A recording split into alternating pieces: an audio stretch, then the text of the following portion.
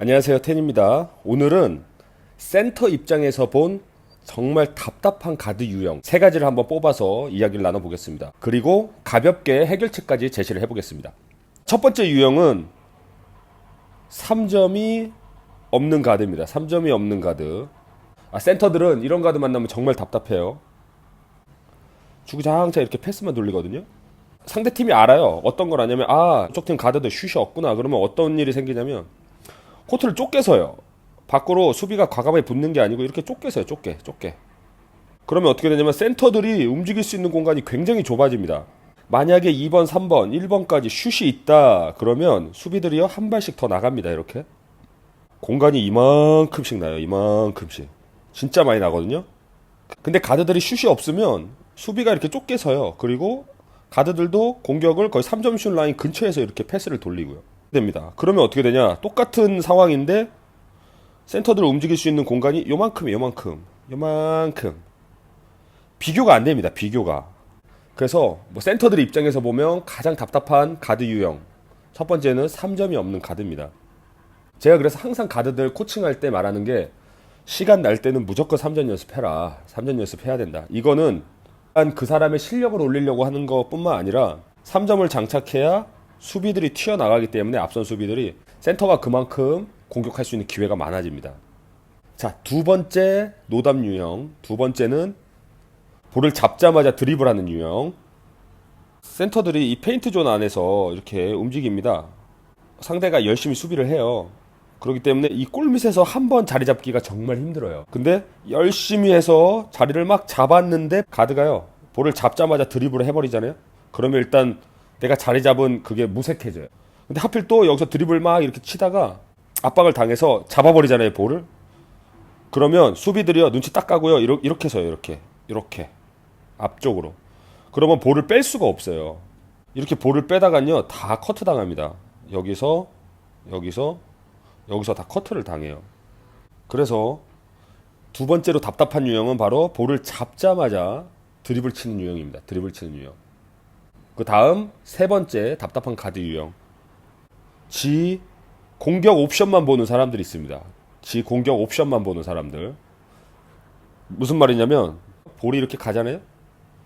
그러면 열심히 센터가 여기 자리를 잡을 거예요. 근데 이런 거 안 보고요. 지 공격만 우구장창 해요. 지 공격만. 그러다가 볼을 딱 잡는 순간 할 게 없잖아요. 그때 볼을 주려고 그래요. 이렇게. 근데 이게 왜 문제가 되냐면 센터는요. 항상 뭘 고민하냐면요. 여기 3세컨.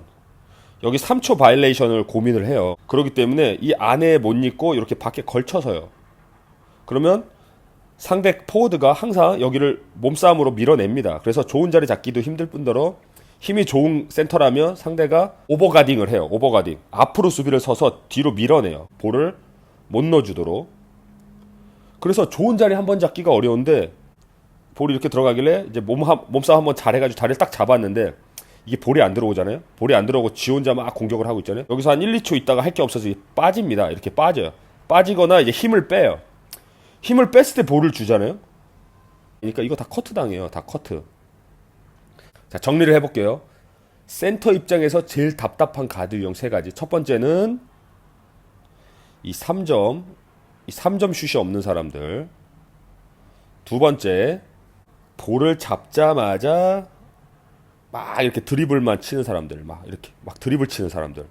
NBA 많이 본 거예요. 막 이것만 하는 사람들 있어요. 이게 제일 답답하고. 세 번째, 볼을 잡은 후에 지 공격만 생각하는 사람들. 볼을 잡아서 막 1대1 하고 센터들은 막 이제 막 들어가고 있는데 3점 막 던지거나 센터가 막 자리 잡으러 일로 가고 있는데 막 일로 드라이빙 파서 지대들끼리 부딪히거나 센터가 빠지려고 할 때 막 볼러줘가지고 커트 당하는 사람들. 이게 세 번째입니다. 자기 공격만 생각하는 사람들. 네, 이렇게 세 가지 좀 노답형 가드들이 있어요. 제가 이 얘기를 하는 이유는 이 부분들을 항상 유념을 하시고 개인 스킬 트레이닝을 하셔야 돼요. 그러면 해결책을 알려드릴게요. 해결책. 3점이 없는 가드들은요. 첫 번째 해결책. 3점을 오지게 연습하셔야 됩니다. 3점을 오지게 연습한다. 여기서 얘기하는 3점은 확률을 높이라는 얘기가 아니고요. 적어도 밖에서 볼이 돌아가지고 찬스가 만들어졌을 때 슛 거리가 나와야 돼요. 3점을 던질 수 있는 거리가 나와야 돼요. 왜냐면 게임 중에 대회나 리그를 뛰고 있을 때는요, 상대편은 우리 팀 슈터가 3점 확률이 좋은 진짜 슈터인지 아닌지를 몰라요.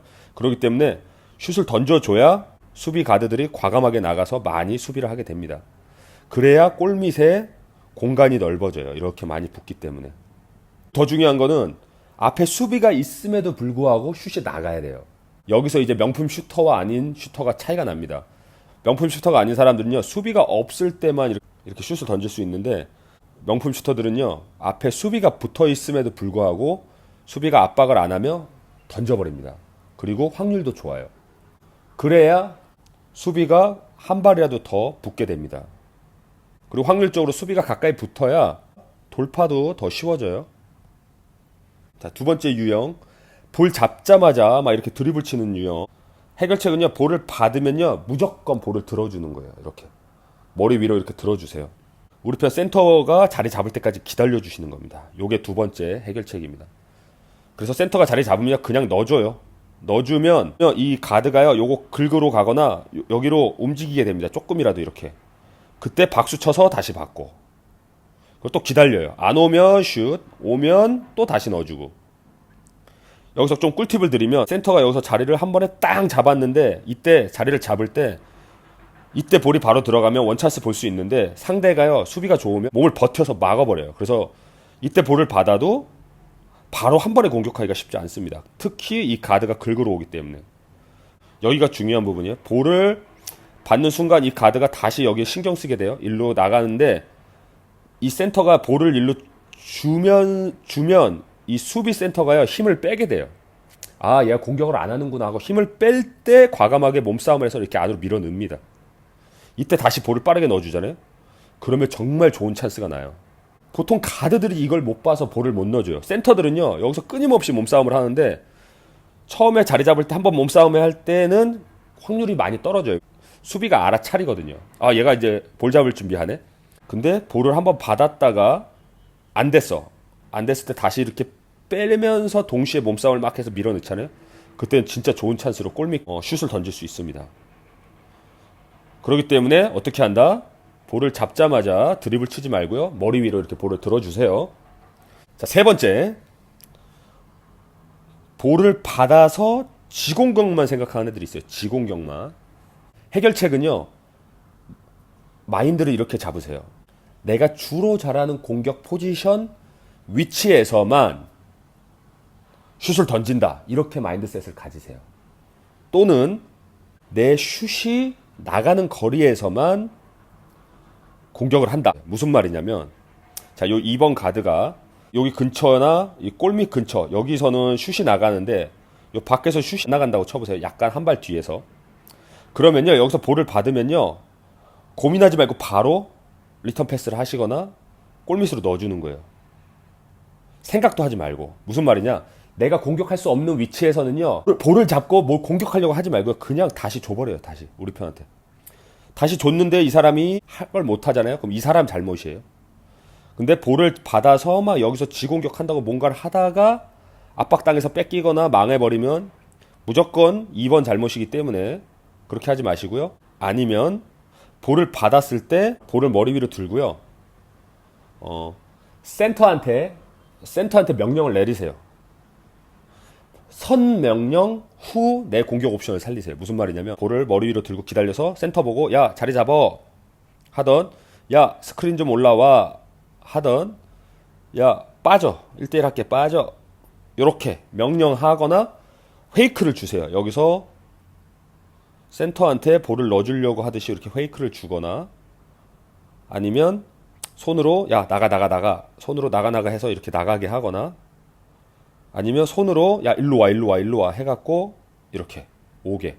제가 이걸 좀 설명드리는 이유는, 센터 입장에서요, 이렇게 플레이하는 가드들이 팀에 있거나 원정을 갔는데 이런 식으로 하잖아요, 플레이를. 그거 진짜 농구할만 안 납니다. 답답해요. 가드의 1번 조건은요, 가드 말 그대로 수비예요. 수비.